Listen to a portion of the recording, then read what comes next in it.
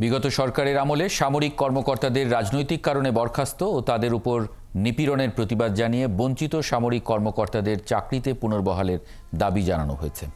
শনিবার রাজধানীর মহাখালীর রাওয়া কনভেনশন হলের ঈগল হলে বৈষম্যমুক্ত সশস্ত্র বাহিনী বাংলাদেশ বিনির্মাণে প্রয়োজনীয় রূপরেখা শীর্ষক এক সংবাদ সম্মেলনে এসব দাবি জানান তারা।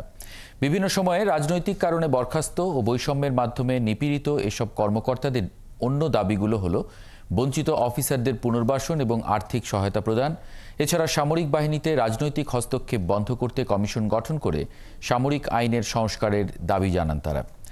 সংবাদ সম্মেলনে সেনাবাহিনীর সাবেক বঞ্চিত কর্মকর্তাদের পাশাপাশি বৈষম্য বিরোধী ছাত্র আন্দোলনের অন্যতম সমন্বয়ক হাসনাত আবদুল্লাহ ও সার্জিস আলম উপস্থিত ছিলেন।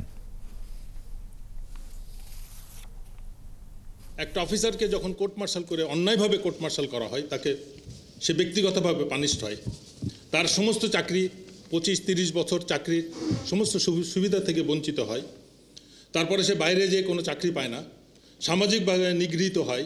শুধু সে না, তার পরিবার, স্ত্রী, সন্তান যেখানে যাবে প্রত্যেকটা জায়গায় তাকে পরিচিত করা হয় যে তোমার বাবা কোর্ট মার্শাল হয়েছে, তোমার বাবা চাকরি হারিয়েছে। ব্যতিক্রমধর্মী সরকার, জাতীয় সরকার যাই বলেন, সবাই মিলে কাজ করি, দ্রুতগতিতে কাজ করি। একটা সুযোগ আমরা পেয়েছি, দেশটাকে সুন্দর করে সাজানোর অবকাশ আছে, না করি আমার ব্যর্থতা।